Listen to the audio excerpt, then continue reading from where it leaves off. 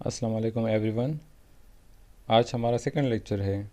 In the previous week हमने एक lecture वो कवर किया था। वो हमारा पावर इलेक्ट्रॉनिक्स के इंट्रोडक्शन से था कि हमारे पास पावर इलेक्ट्रॉनिक्स क्या चीज़ होती है। उसकी डिफिनीशन को हमने डिटेल से स्टडी आउट किया था। फिर पावर इलेक्ट्रॉनिक्स के लिए हमें कौन कौन सी चीज़ें रिक्वायर्ड होती है इन ऑर्डर कि हमारे पास वो पावर इलेक्ट्रॉनिक्स कैटेगरी में से आ जाए। फिर हमने डिफरेंस बिटवीन के इलेक्ट्रॉनिक्स क्या चीज़ होती है, पावर इलेक्ट्रॉनिक्स क्या चीज़ होती है और इलेक्ट्रिकल डिवाइसेस हमारे पास क्या चीज़ होती है, वो तमाम डिफरेंस हमने कवर किया था। लेटर ऑन पे इसके बाद हमने पावर इलेक्ट्रॉनिक्स की एप्लीकेशन की बात की कि कहाँ पर वो हमारे पास इस्तेमाल होते हैं। इन द लास्ट फिर हमने एक एग्ज़ाम्पल स्टडी आउट की। उसमें हमने ये स्टडी आउट किया था कि किस तरह पावर इलेक्ट्रॉनिक्स हमारे पास एफिशिएंसी को इम्प्रूव करती है। तो उसके लिए हमने 2-3 एग्जांपल शॉर्ट वो स्टडी आउट की और एट द एंड पर हमने एक ऐसा कन्वर्टर डिज़ाइन कर लिया जिसमें हमारे पास सेमीकंडक्टर डिवाइसेस भी इस्तेमाल हो रहे थे, प्लस उसकी एफिशिएंसी भी हमारे पास इम्प्रूव हो गई थी। सो वो हमारा फर्स्ट लेक्चर था। आज हमारा सेकंड लेक्चर है वीक 2 का। सो वो है introduction to the semiconductor devices. इस लेक्चर का बेसिक मकसद ये होगा कि इस लेक्चर में से हम सेमीकंडक्टर डिवाइसेस को स्टडी आउट करेंगे। बिकॉज़ हम सेमीकंडक्टर डिवाइसेस को इसलिए स्टडी आउट करेंगे क्योंकि हमारे पास कोई भी पावर इलेक्ट्रॉनिक्स कन्वर्टर में सेमीकंडक्टर डिवाइस एक मेन रोल जो है वो अदा करती है। बिकॉज सेमीकंडक्टर डिवाइस की कैरेक्टरिस्टिक से हमें ये पता चलता है कि ये हमारे पास कौन सा कन्वर्टर होगा। हमारे पास different types of semiconductor devices हैं, तो वो हम तमाम डिटेल के साथ स्टडी आउट करेंगे। स्टार्ट हम डायोड से लेके फिर थायरिस्टर, फिर GTOs, MOSFETs, transistor, IGBTs, asymmetrical thyristor, तमाम। सो एक बहुत लंबी फैमिली है सेमीकंडक्टर डिवाइसेस की, तो तमाम को डिटेल से स्टडी आउट करेंगे। और उनके स्टडी आउट करने का बेसिक मकसद हमारा ये होगा कि हमें उनकी कैरेक्टरिस्टिक्स का पता चल जाए। बिकॉज़ अगर किसी की डिवाइस की करेक्टरिस्टिक्स हमें नहीं पता तो हमें फिर ये नहीं पता कि हम उसको किस एप्लीकेशन के लिए इस्तेमाल कर सकते हैं।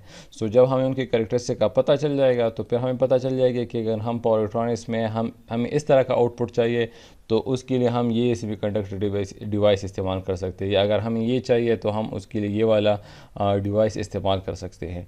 सो वो तमाम इसमें से स्टडी आउट करेंगे। सो लेक्चर को स्टार्ट करते हैं। हमारे कोर्स का जो आज ऑब्जेक्टिव है तो वो हमारा फर्स्ट ये है कि हम पावर डायोड्स को स्टडी आउट करेंगे। उसमें से उसके पावर डायोड की वर्किंग प्रिंसिपल की किस तरह वो काम करती है हमारे पास, उसकी एप्लीकेशन हमारे पास क्या है, वो इसमें से स्टडी आउट करेंगे। थायरिस्टर हमारे पास क्या चीज़ है और इसकी करेक्टरिस्टिक्स क्या है, और थायरिस्टर के गेट की कौन से रिक्वायरमेंट्स हैं। तो ये हमारे आज के लेक्चर के ऑब्जेक्टिव्स हैं। तो एट द एंड तक इसमें से तमाम चीज़ें ये कवर हो जाएंगे और फिर बाकी जितनी चीज़ें हैं वो इन द नेक्स्ट लेक्चर वो हम स्टडी आउट करेंगे। So first of all what is power diode. So हमारे पास एक नॉर्मल डायोड होती है, एक हमारे पास पावर डायोड होती है। दोनों की हमारे पास जो मैन्युफैक्चरिंग है वो ऑलमोस्ट सेम होती है, लेकिन डिपेंड करती है कि हम उसको किस एप्लीकेशन के लिए इस्तेमाल करते हैं। अगर हमारे पास वो पावर डायोड है तो उसकी जो डॉपिंग लेवल होती है वो थोड़ी सी ज़्यादा होती है, जिसको हम एक्चुअली N+ या P+ डॉपिंग लेवल कहते हैं। और जो नॉर्मल डायोड होती है उसकी डॉपिंग लेवल थोड़ी सी कम होती है, जो नॉर्मल डॉपिंग होती है वो हमारे पास उसकी होती है। तो इसलिए इसको हम नॉर्मल एप्लीकेशन के लिए इस्तेमाल करते हैं, जबकि पावर डायोड को हम पावर एप्लीकेशन के लिए इस्तेमाल करते हैं। सो पावर एप्लीकेशन में एक पावर डायोड को जो है वो हंड्रेड्स ऑफ एम्पेयर करंट्स वो उससे जो है वो फ़्लो होती है, और थाउजेंड्स ऑफ वोल्टेज जो है वो उसको अलाउ भी करती है और उसको ब्लॉक करती है। तो इतने वोल्टेज को वो विथस्टैंड करती है, इसलिए ये हमारे पास पावर कैटेगरी में आती है। सो नॉर्मली हमारे पास जो पावर डायोड्स होते हैं ये हमारे पास पी इंजेक्शन से बनते हैं। इसमें हमारे पास एनोड कैथोड होती है, और ये एक डॉपिंग प्रोसेस होती है जिसमें हम पी टाइप मटेरियल को एन टाइप मटेरियल के साथ मिक्स कर लेते हैं और इसे हमारे पास सेमीकंडक्टर डिवाइस फॉर्म होती है। सो डायोड हमारे पास पी एन टाइप मटेरियल से फॉर्म होती है। इसकी जब पी और एन को हम मटेरियल को मिलाते हैं तो बीच में से एक जंक्शन हमारे पास फॉर्म हो जाती है। इसके एक साइड पर हमारे पास कैथोड होती है और दूसरी साइड पर हमारे पास एनोड होती है। नॉर्मली हमारे पास जो डायोड्स होते हैं वो हम सिलिकॉन से आजकल मैन्युफैक्चर होते हैं।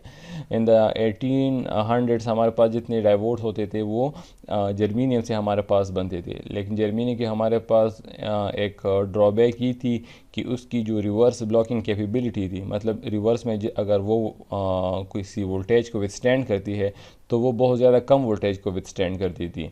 फॉर एग्जांपल जर्मीनियम 10 वोल्ट्स तक रिवर्स वोल्टेज विथस्टैंड करती थी, तो सिलिकॉन जो है वो 50 वोल्ट्स तक कर सकती है, अगर हम एग्जांपल के तौर पे ले लें।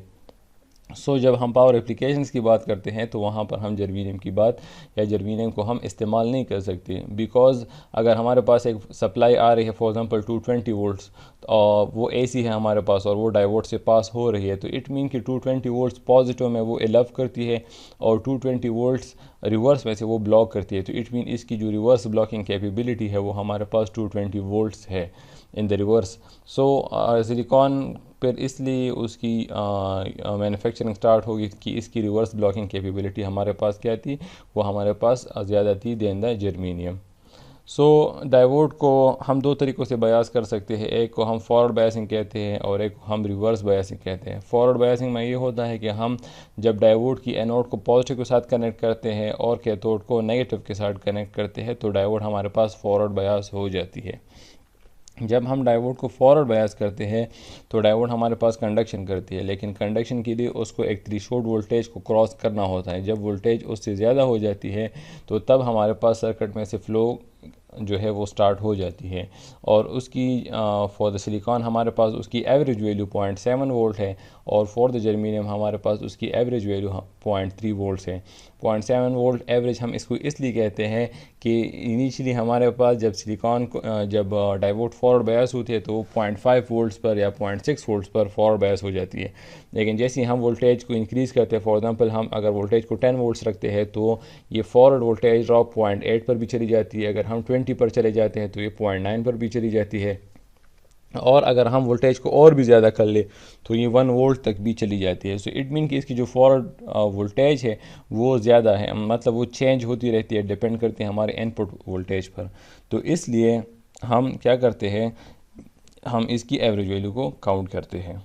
और डायोड को हम रिवर्स बायस भी कर सकते हैं। रिवर्स बायस मीन कि हम कैथोड को क्या कर लें, हम कैथोड को पॉजिटिव के साथ कनेक्ट कर लें और एनोड को नेगेटिव के साथ कनेक्ट कर लें। जब हम ये प्रोसेस करेंगे तो हमारे पास डायोड क्या हो जाएगी, वो रिवर्स बायस में से चली जाती है और हमारे पास वो कंडक्शन नहीं करती।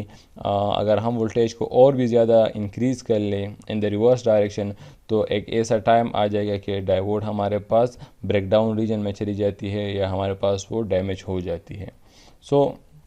ये हमारे पास फॉरवर्ड डायोड की फॉरवर्ड वोल्टेज कैरेक्टरिस्टिक्स है कि हमारे पास अगर हम देख ले तो ये हमारे पास है स्टार्ट, ये हमारे पास फॉरवर्ड कंडक्शन है, मीन जब हम इसको फॉरवर्ड बायस करते हैं ये हमारे पास रिवर्स बायसिंग है। फॉरवर्ड बायसिंग में स्टार्ट में हम वोल्टेज को इंक्रीज़ करते हैं लेकिन हमारे पास करंट फ्लो नहीं होती, बिकॉज हमारे पास डायोड जो है वो फॉरवर्ड बायस नहीं होती अनटिल हम एक ऐसी वोल्टेज पर पहुंच जाते हैं जब इससे अगर हम वोल्टेज ज़्यादा कर ले तो डायोड हमारे पास फॉरवर्ड बायस हो जाती है और करंट की फ़्लो हमारे पास स्टार्ट हो जाती है। रिवर्स में से हमारे पास एक्चुअली ये होता है कि रिवर्स में से हम वोल्टेज को इंक्रीज़ करते हैं। आइडियली हमारे पास ज़ीरो करंट फ्लो करती है बट प्रैक्टिकली हमारे पास लीकेज करंट फ्लो करती है। लीकेज करंट हमारे पास वो कैरियर्स होते हैं जो हमारे पास डिप्लीशन लेयर पर मौजूद होते हैं, कुछ ना कुछ हमारे पास कैरियर्स मौजूद होते हैं जिसकी वजह से हमारे पास जो है लीकेज करंट फ्लो करती है। स्टार्ट में से हम क्या करते हैं, तो हमारे पास जब हम वोल्टेज को इंक्रीज़ करते हैं, वोल्टेज अगर हम इंक्रीज़ कर रहे हैं तो करंट हमारे पास फ़्लो नहीं करती अनटिल फिर हम एक ऐसी वोल्टेज पर पहुंच जाते हैं कि अगर हम वोल्टेज उससे ज़्यादा कर ले तो डायोड हमारे पास डैमेज हो जाती है। ये वो कंडीशन है जब हमारे पास डिप्लीशन लेयर की जो एजेस है वो हमारे जंक्शंस को टच कर लेते हैं और इसके आगे इससे अगर हम ज़्यादा कर लें तो हमारे पास डायोड डैमेज हो जाती है।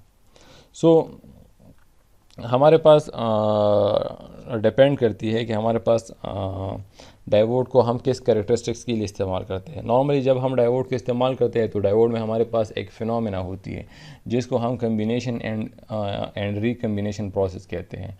बिकॉज डायोड को जब हम फॉरवर्ड बायस करते हैं तो हमारे पास जो पी टाइप मटेरियल में हमारे पास जितने होल्स होते हैं और एन टाइप मटेरियल में हमारे पास जितने इलेक्ट्रॉन्स होते हैं ये हमारे पास डिप्लीशन लेयर पर जो है वो जमा हो जाते हैं।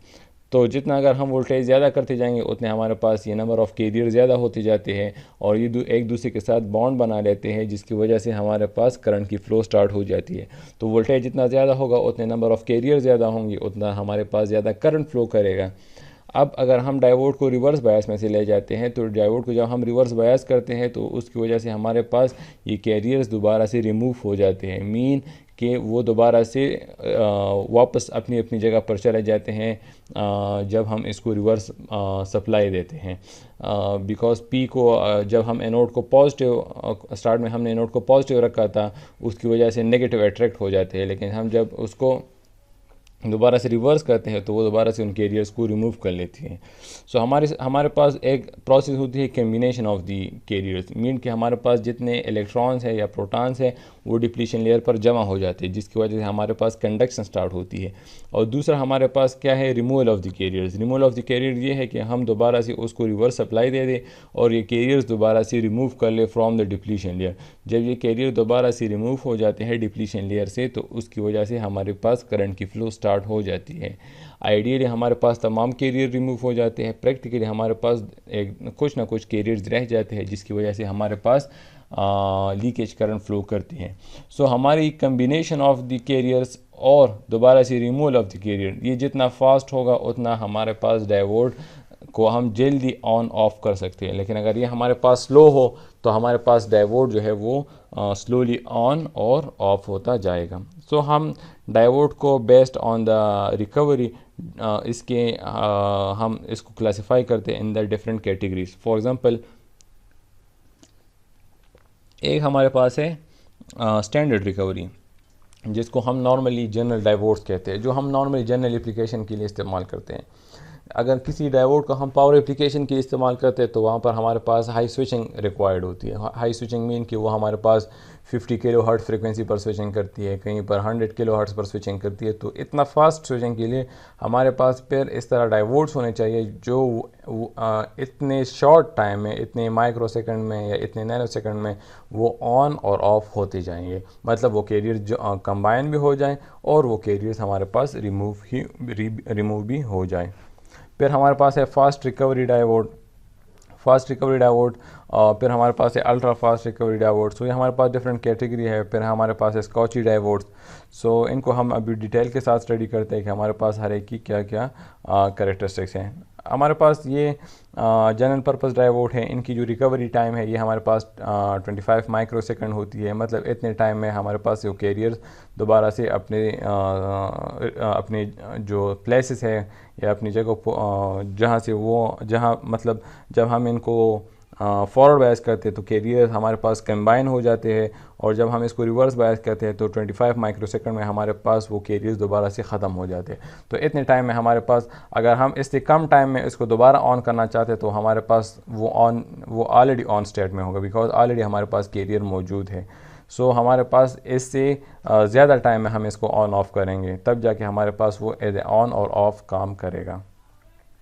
इसको हम लो फ्रिक्वेंसी एप्लीकेशन के लिए इस्तेमाल करते हैं। For example 1 kilo hertz frequency जहाँ पर हमारे पास होती है up to 1 kilo hertz frequency के लिए, बिकॉज हमारे पास कैरियर्स इतनी जल्दी कंबाइन और दोबारा से रिमूव नहीं हो सकते इसमें से।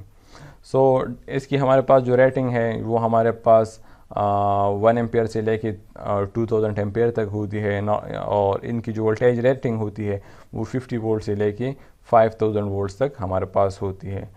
नॉर्मली हमारे पास इसको जब हम इस्तेमाल करते हैं तो नॉर्मली जो हमारे पास जितने वेल्डिंग पावर सप्लाईज़ हैं जिनको हम वेल्डिंग के लिए इस्तेमाल करते हैं तो नॉर्मली ये डायोड हमारे पास वहाँ पर इस्तेमाल होती है।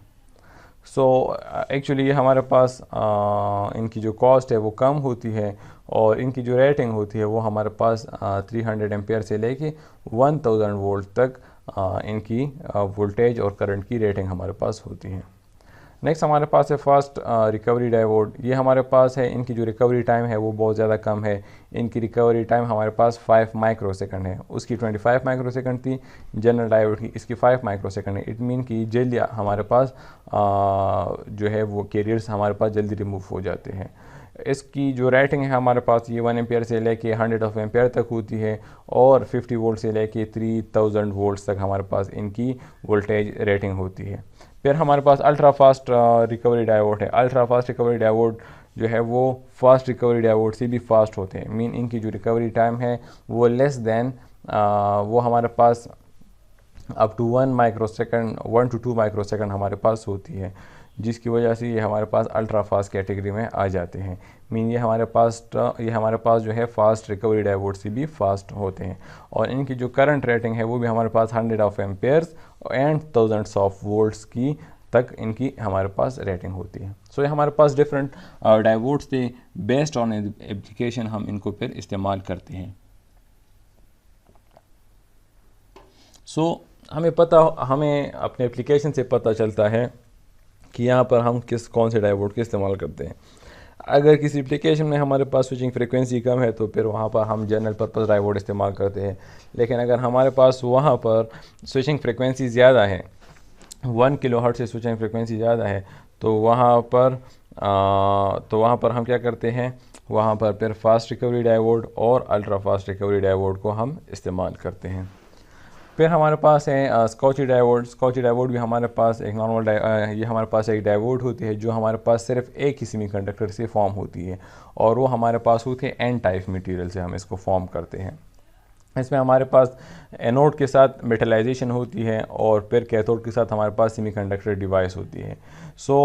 हमारे पास जो मेटल है और सेमीकंडक्टर डिवाइस है, इनके दरमियान हमारे पास क्या होती है, हमारे पास जंक्शन फॉर्म होती है।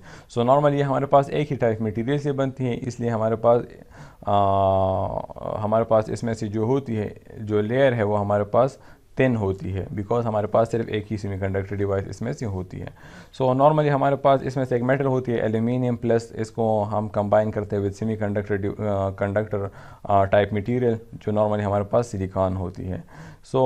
एक्चुअली इसमें से हमारे पास फ़ायदा ये होता है कि इसमें से हमारे पास जो करंट की फ़्लो है वो हमारे पास ज़्यादा होती है, बिकॉज हमारे पास जो जंक्शन होती है वो हमारे पास थिन होती है और हमारे पास इसमें से जो इलेक्ट्रॉन्स और या होल्स की जो कम्बिनेशन है वो हमारे पास ईज़िली होती है।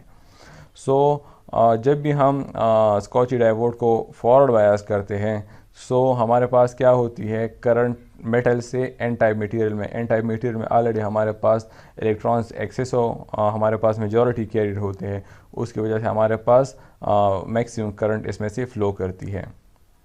और एक्चुअली हमारे पास मेटल में तो कोई होल्स वगैरह या चार्ज वगैरह नहीं होते, जिसकी वजह से हमारे पास क्या हो जाती है, जिसकी वजह से हमारे पास इसकी जो रिकवरी टाइम है वो हमारे पास कम हो जाती है। मीन अगर हम इसको ऑफ़ करना चाहते हैं, ठीक है, अगर हम इसको एक मरतबा हम इसको कंडक्शन स्टेट में से लेके चले गए और दोबारा से अब हम इसको ऑफ़ करना चाहते हैं, तो ऑफ़ करना हमारे लिए इसलिए ईजी होता है कि हमारे पास सिर्फ एक ही सेमीकंडक्टर डिवाइस है एन टाइप और इससे कैरियर को रिमूव करना ईज़िली होता है।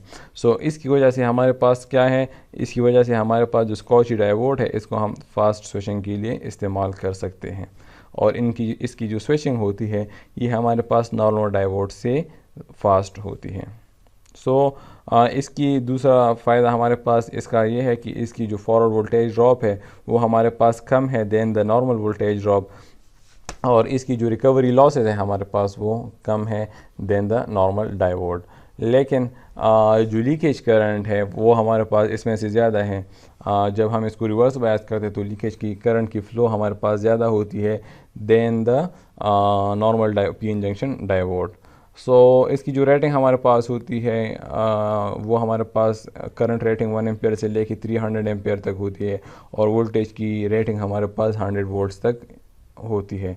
इसको हम जो इसकी जो ऑपरेटिंग फ्रीक्वेंसी है कि इसको अगर हम स्विचिंग फ्रीक्वेंसी के लिए कितनी स्विचिंग फ्रीक्वेंसी के लिए हम इसको इस्तेमाल कर सकते हैं, तो नॉर्मली हम इसको 100 से लेके 300 किलो हर्ट्ज़ फ्रिक्वेंसी, इतने हाई फ्रिक्वेंसी पर हम इसको इस्तेमाल कर सकते हैं।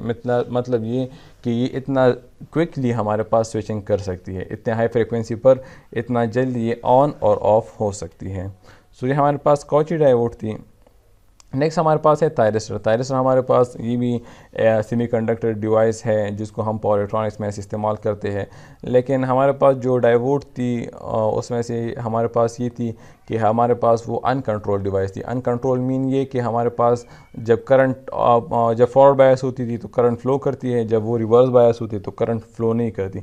मीन जब फॉरवर्ड बायस में से अगर वो कंडक्शन कर रही है तो उस वक्त हम उसकी आउटपुट को कंट्रोल नहीं कर सकते।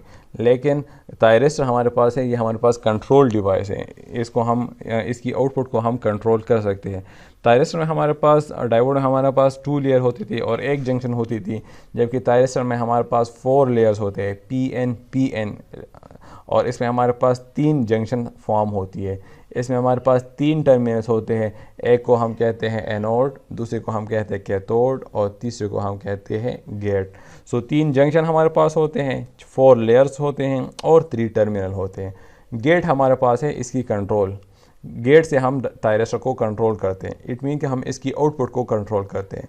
अगर हम थायरिस्टर को ऑन करना चाहते हैं और हम इसके गेट पर कोई वोल्टेज ना दे तो थायरिस्टर हमारे पास ऑन नहीं होगी। लेकिन अगर हम थायरिस्टर को ऑन करना चाहते हैं और हम गेट पर पल्स दे दें तो हमारे पास इसकी आउटपुट जो है वो एब्जर्व हो जाएगी एट द लोड साइड। सो जब हम इसको फॉरवर्ड बायस करते हैं, मीन हम एनोड को पॉजिटिव रखते हैं और कैथोड को नेगेटिव रखते हैं और गेट पर कोई पल्स देते हैं, तो उसकी वजह से हमारे पास J1 और J3 जंक्शन फॉरवर्ड बायस हो जाती है, जबकि J2 जंक्शन हमारे पास क्या हो जाती है, वो रिवर्स बायस हो जाती है। सो J2 जंक्शन को फॉरवर्ड बायस करने के लिए हम गेट पर पल्स देते हैं, जिसकी वजह से हमारे पास J2 जंक्शन भी फॉरवर्ड बायस हो जाती है और उस वजह से हमारे पास करंट की flow from anode to cathode start हो जाती है। गेट की हमारे पास लिमिटेशन है कि गेट वोल्टेज हमने इतनी रखनी है, इससे ज़्यादा हम गेट वोल्टेज को एक्सीड नहीं कर सकते। तो वो लिमिटेशन हम फर्दर आगे लेक्चर में से कवर करेंगे। सो ये हमारे पास डायोड के थायरिस्टर की कैरेक्टरिस्टिक है। थायरिस्टर की कैरेक्टरिस्टिक हमारे पास इस तरह होती है कि ये हमारे पास वोल्टेज है, एनोड कैथोड वोल्टेज, ये हमारे पास है करंट और ये हमारे पास है reverse voltage. So initially start में हम ये करते हैं कि इनिशियली हम स्टार्ट में वोल्टेज को इंक्रीज़ करते रहते हैं, लेकिन थायरिस्टर हमारे पास कंडक्शन नहीं करती अनलेस हमारे पास एक ऐसी लेवल आ जाती है जिस पर हमारे पास थायरिस्टर फॉरवर्ड बायस हो जाती है। जब वो फॉरवर्ड बायस हो जाती है तो हमारे पास जो वोल्टेज है वो डिक्रीज़ हो जाती है और करंट की फ़्लो हमारे पास मैक्सिमम स्टार्ट हो जाती है। इसका मकसद बेसिकली एक तरह अगर हम इसको ले लें कि स्टार्ट में थायरिस्टर हमारे पास ऑफ स्विच की तरह काम करती है। तो स्टार्ट में हम वोल्टेज को अगर इंक्रीज़ कर रहे होते हैं तो वो तमाम अक्रॉस थायरिस्टर वो ड्रॉप होती रहती है, मींस कि लोड के अक्रॉस जो ड्रॉप है वो ज़ीरो होती है।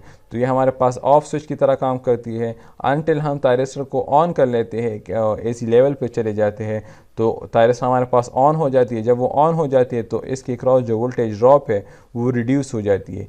थायरिस्टर के अक्रॉस जो वोल्टेज ड्रॉप होती है वो हमारे पास 1 वोल्ट से लेकर 1.5 वोल्ट तक होती है। जब वो रिड्यूस हो जाती है तो करंट की फ़्लो हमारे पास स्टार्ट हो जाती है। सो ये इसकी फॉरवर्ड कैरेक्टरिस्टिक है। नेक्स्ट ये हमारे पास इसकी रिवर्स कैरेक्टरिस्टिक है। रिवर्स कैरेक्टरिस्टिक में थायरिस्टर हमारे पास जब हम थायरिस्टर को रिवर्स बायस में से लेते हैं तो जब हम इसको रिवर्स बायस मीन कि हम एनोड को नेगेटिव रख लें और कैथोड को पॉजिटिव रख लें, इसकी वजह से हमारे पास J1 और J3 वो रिवर्स बायस हो जाएंगे, जबकि J2 हमारे पास फॉरवर्ड बायस हो जाती है। तो 2 जंक्शन हमारे पास रिवर्स है और एक जंक्शन हमारे पास है कि वो फॉरवर्ड बायस है। तो थायरिस्टर हमारे पास कंडक्शन नहीं करेगा। लेकिन अगर हम वोल्टेज को बहुत ज़्यादा कर लें तो उसकी वजह से हमारे पास ये जंक्शन डैमेज हो जाते हैं और थायरिस्टर हमारे पास ब्रेकडाउन रीजन में चली जाती हैं। सो एक्चुअली हमारे पास फ़ायदा ये है कि थायरिस्टर को अगर हम ऑन करना चाहते हैं तो इसके लिए हमें क्या है, गेट करंट रिक्वायर्ड होती है। Without the gate current thyristor हमारे पास बहुत डिफ़िकल्टली ऑन होती है। सो गेट करंट का हमारे पास क्या फ़ायदा है, अगर हम थायरिस्टर को ऑन कर लिए और कोई गेट करंट ना दे तो थायरिस्टर हमारे पास ऑन होगा या नहीं होगा। तायरिस्टर हमारे पास विदाउट गेट करंट ऑन हो सकता है, हम गेट पर कोई पल्स ना दें तो तायरिस्टर हमारे पास ऑन हो सकती है, लेकिन उसके लिए हमें क्या है, उसके लिए हमें बहुत ज़्यादा वोल्टेज रिक्वायर्ड होती है across the anode cathode in terms of 1000 volts हमारे पास रिक्वायर्ड होती है अगर हम तायरिस्टर को विदाउट गेट करंट ऑन करना चाहते हैं। लेकिन अगर हम तायरिस्टर को गेट करंट के साथ ऑन करना चाहते हैं तो उसका फ़ायदा हमारे पास ये होगा कि तायरिस्टर हमारे पास जल्दी क्विकली ऑन होगा। अगर हम इसको देख लें तो अगर हम इस ग्राफ को देख लें, ये वही प्रीवियस कैरेक्टरिस्टिक है। इनिशियली हम वोल्टेज को इंक्रीज़ कर रहे हैं लेकिन तायरिस्टर हमारे पास ऑन नहीं हो रही, तो इस वोल्टेज पर अगर हमारे पास गेट करंट ज़ीरो हो तो हमारे पास इतने हाई वोल्टेज पर तायरिस्टर ऑन हो जाती है। लेकिन अगर हम वोल्टेज को इंक्रीज़ कर ले और यहाँ पर एक गेट पल्स दे दे, गेट पल्स नंबर 1 दे दे, तो तायरिस्टर हमारे पास यहाँ पर ऑन हो जाएगा। अगर हम गेट पल्स को थोड़ा ज़्यादा कर ले तो तायरिस्टर हमारे पास यहाँ पर ऑन हो जाएगा। अगर हम गेट पल्स को और ज़्यादा कर ले तो तायरिस्टर हमारे पास इस पॉइंट पे जो है वो ऑन हो जाएगा। अगर हम इस कैरेक्टरिस्टिक को देख ले तो इससे हमें ये पता चलता है कि हम तायरिस्टर को विदाउट गेट पल्स ऑन कर सकते हैं, लेकिन उसके लिए हमें ज़्यादा वोल्टेज रिक्वायर्ड है। और अगर हम उसको गेट पल्स के थ्रू ऑन करना चाहते हैं तो जितना हमारे पास गेट पल्स की वैल्यू ज़्यादा होगी उतना तायरिस्टर हमारे पास क्विकली ऑन होता जाएगा। ये हमारे पास तायरिस्टर की एक वो है कि वो हमारे पास गेट पल्स की चेंज करने से वो हमारे पास उतना क्विकली हमारे पास वो ऑन होती रहती है। अच्छा, इसमें हमारे पास एक दो टर्म्स है, एक हमारे पास है IH और एक हमारे पास है IL, जब ये तायरिस्टर हमारे पास ऑन होती रहती है। अच्छा, हमारे पास लैचिंग और होल्डिंग करंट होती है। अगर हम इस ग्राफ में से देख लें तो एक हमारे पास IH है और एक हमारे पास IL है। लैचिंग करंट हमारे पास वो करंट होती है कि अगर हम तायरिस्टर को एक मरतबा ऑन कर लें, या वो हमारे पास ये मिनिमम वो करंट है जो हमारे पास रिक्वायर्ड होती है इन ऑर्डर कि हमारे पास तायरिस्टर ऑन स्टेट में से रहे। मीन कि अगर हम करंट को इससे कम करेंगे तो तायरिस्टर हमारे पास वो ऑफ स्टेट में से चली जाएगी। और होल्डिंग करंट हमारे पास वो मिनिमम करंट होती है जो हमारे पास रिक्वायर्ड होती है कि तायरिस्टर हमारे पास ऑन स्टेट में से रहे। मीन कि अगर हम इससे वैल्यू को कम करेंगे तो तायरिस्टर हमारे पास वो ऑफ हो जाएगी। इन दोनों करंट में हमारे पास मिली एम्पेयर्स का फ़र्क होता है, मतलब बहुत कम फ़र्क होता है। एक करंट पर हमारे पास तायरिस्टर ऑन स्टेट में से रहता है या हमारे पास वो ऑन हो जाती है, और दूसरी करंट जो होल्डिंग करंट है वो हमारे पास वो करंट होती है अगर हम उससे करंट की वैल्यू कम कर ले तो तायरिस्टर हमारे पास वो ऑफ स्टेट में से चली जाती है। ये हमारे पास लैचिंग और होल्डिंग करंट की रिक्वायरमेंट होती है। दूसरी हमारे पास ये है कि हमारे पास गेट पल्स कितनी होनी चाहिए। गेट पल्स की वैल्यू हमारे पास इतनी होनी चाहिए कि तायरिस्टर जो है वो लैचिंग करंट तक पहुंच जाए। मीन कि तायरिस्टर एक मरतबा ऑन हो जाए, वो ऑन हो जाए तो हमारे पास गेट पल्स इतने टाइम के लिए होना चाहिए। अगर हमारे पास गेट पल्स बहुत शॉर्ट है और तायरिस्टर लैचिंग करंट तक नहीं पहुंचा तो तायरिस्टर हमारे पास ऑन ही नहीं होगा। हमारे पास जो पल्स की विड्थ है वो एटलीस्ट इतनी होनी चाहिए कि तायरिस्टर हमारे पास लैचिंग करंट तक पहुंच जाए। दूसरा, तायरिस्टर की जो गेट पल्स की है, गेट पल्स का एक फ़ायदा हमारे पास ये भी है, तायरिस्टर को अगर हम एक मरतबा गेट पल्स से ऑन कर ले तो तायरिस्टर हमारे पास वो ऑन स्टेट में से चली जाती है। अगर हम फिर उसके बाद उससे गेट पल्स रिमूव कर ले तो तायरिस्टर हमारे पास वो ऑन स्टेट में से रहेगी। वो तब तक ऑन स्टेट में से रहेगी जब तक हम क्या कर लें, जब तक हम एनोड कैथोड करंट को डिक्रीज़ ना कर लें below the holding current value. Thyristor को ऑन कर लिया एक मरतबा गेट पल्स के थ्रू, वो ऑन हो जाती है। आप उससे गेट पल्स रिमूव कर ले, वो ऑन स्टेट में से रहेगी। फिर वो ऑफ तब होगी जब हम होल्डिंग करंट से करंट की वैल्यू को डिक्रीज़ करेंगे। अच्छा, तायरिस्टर को हम किस तरह ऑन कर सकते हैं? तायरिस्टर को हम डिफरेंट मेथड से ऑन कर सकते हैं। उसमें से एक मेथड हमारे पास ये है कि हम हाई टेम्परेचर या थर्मल टर्न ऑन, ये भी एक हमारे पास मेथड है तायरिस्टर को ऑन करने के लिए। ट्रिगरिंग हमारे पास एक मेथड है, लाइट ट्रिगरिंग हमारे पास मेथड है, हाई वोल्टेज ट्रिगरिंग हमारे पास मेथड है, और गेट ट्रिगरिंग हमारे पास मेथड है। ये हमारे पास डिफरेंट मेथड्स है, और भी हमारे पास मेथड है, लेकिन ये हमारे पास जो मेन मेथड्स है जिसके थ्रू हम तायरिस्टर को ऑन करते हैं, ये हमारे पास वो मेथड्स है। फर्स्ट स्टडी करते हैं कि हमारे पास हाई टेम्परेचर या थर्मल टर्न ऑन जो है वो कौन सा मेथड है और इसके थ्रू हम तायरिस्टर को किस तरह ऑन कर सकते हैं। जिस एक्चुअली हमारे पास थायरिस्टर की जो डिप्लीशन लेयर होती है, इसकी जो वेड्थ है ये हमारे पास डिक्रीज़ होती है जब भी हम क्या करेंगे, जब भी हमारे पास जो जंक्शन की टेम्परेचर है वो J1 है या वो J2 है या वो J3 है, इन जंक्शन की जो टेम्परेचर है अगर वो हमारे पास इंक्रीज़ होती जाएगी तो हमारे पास जो डिप्लीशन लेयर की वेड्थ है वो हमारे पास ऑटोमेटिकली डिक्रीज़ होती जाती है। अगर हम जंक्शन की वो टेम्परेचर को इंक्रीज़ कर ले और इतना इंक्रीज़ कर ले कि हमारे पास जो J2 जंक्शन है वो हमारे पास उसको हम ब्रेक ओवर वोल्टेज के करीब पहुंच जाए तो थायरिस्टर हमारे पास क्या कर लेगा, वो हमारे पास ट्रिगर कर लेगा। जंक्शन के टेम्परेचर इंक्रीज़ करने से हमारे पास जो रिवर्स बायस जंक्शन है वो हमारे पास कोलैप्स हो जाती है, मतलब वो हमारे पास ख़त्म हो जाती है और उसकी वजह से हमारे पास जो डिवाइस है वो कंडक्शन स्टार्ट कर ले सकती है। ये भी हमारे पास एक मेथड है जिसके थ्रू हम थायरिस्टर को ऑन कर सकते हैं, लेकिन एक्चुअली हम इसको यूज़ नहीं करते बिकॉज इसमें हमारे पास टेम्परेचर या हीट अप रिक्वायर्ड होती है जिससे हमारे पास डैमेज वगैरह भी हो सकती है। तो नॉर्मली हमारे पास इसको अवॉइड किया जाता है। दूसरा हमारे पास है light triggering. Light triggering mean कि इसमें से हमारे पास ये हमारे पास एक स्पेशल थायरिस्टर होती है जिसमें हमारे पास एक लाइट ट्रिगरिंग टर्मिनल होती है जो नॉर्मली हमारे पास पी लेयर में जो है वो इंट्रोड्यूस की जाती है instead of the gate. Mean हमारे पास जो गेट है उसको रिप्लेस किया जाता है एक और टर्मिनल से और उस टर्मिनल को कहते हैं लाइट टर्मिनल, और उस लाइट टर्मिनल के थ्रू थायरिस्टर को क्या किया जाता है, उसको ऑन किया जाता है। तो नॉर्मली जब लाइट उस टर्मिनल पे स्ट्राइक करती है तो हमारे पास वहाँ पर फ्री कैरियर्स प्रोड्यूस हो जाते हैं। जब फ्री कैरियर्स प्रोड्यूस हो जाते हैं तो वो हमारे पास J2 जंक्शन को क्या कर लेते हैं, वहाँ पर वो हमारे पास उसको फॉरवर्ड बायस कर लेते हैं। हमारे पास जब इंटेंसिटी ऑफ द लाइट वो हमारे पास ज़्यादा हो जाएगी तो थायरिस्टर हमारे पास कंडक्शन स्टेट में से चली जाएगी। नॉर्मली ऐसे टाइप ऑफ थायरिस्टर को हम LASCR जो है वो कहते हैं। मतलब इस मीन कि हम इसको लाइट के थ्रू क्या कर सकते हैं, ऑन कर सकते हैं। दूसरा हमारे पास है high voltage triggering. High voltage triggering mean कि हम एनोड कैथोड वोल्टेज को इतना ज़्यादा कर ले कि हमारे पास और हम कोई गेट पल्स ना दे और हम जो है थायरिस्टर को ऑन कर ले। हमारे पास थायरिस्टर में दो जंक्शन J3 J1 ये हमारे पास फॉरवर्ड बायस होते हैं जबकि J2 हमारे पास वो रिवर्स बायस होती है। हमारे पास वहाँ पर वो रिवर्स बायस होती है, इसलिए हमारे पास कोई करंट फ्लो नहीं करती, इसलिए थायरिस्टर हमारे पास कंडक्शन नहीं करेगी, ओनली हमारे पास लीकेज करंट होती है।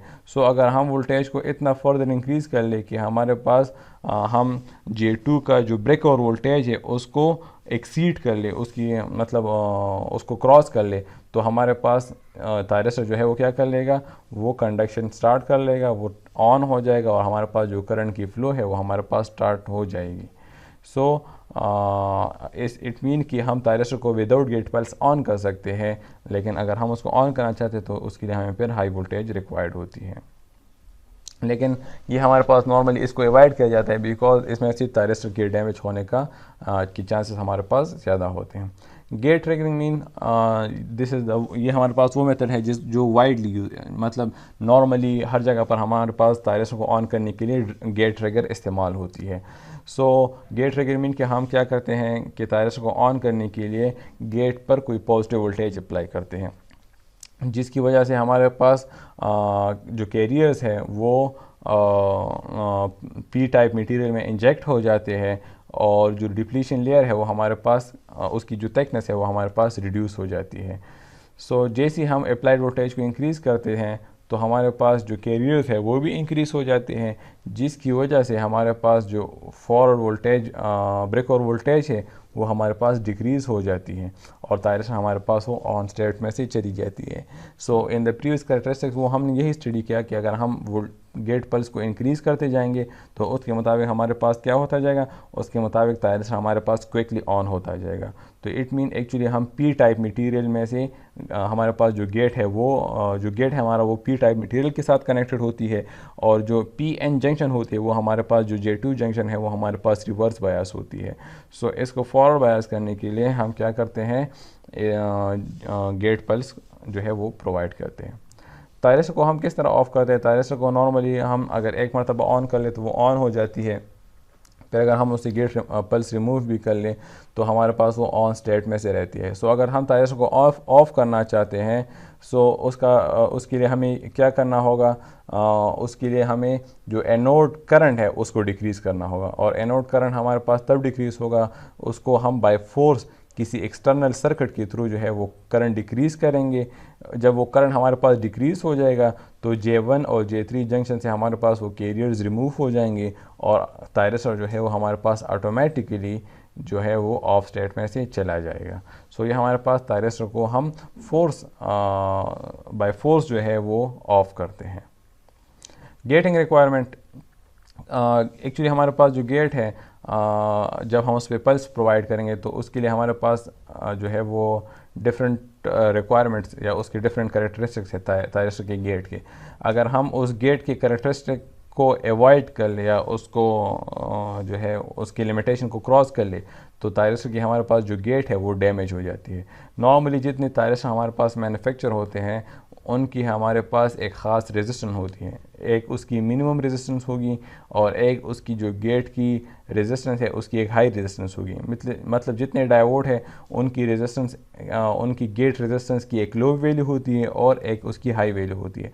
सो हमारे पास फॉर एग्ज़ाम्पल हमारे पास एक कंपनी ने 1000 तायरसर मैन्युफैक्चर की, तो अगर हम उसकी तमाम की गेट रेजिस्टेंस देख ले तो एक उसकी मिनिमम वैल्यू होगी और एक उसकी मैक्सिमम वैल्यू होगी, और बाकी जितने तायरसर हैं उनकी जो गेट रेजिस्टेंस है वो इसकी जो है इन बिटवीन हमारे पास लाई करेंगे।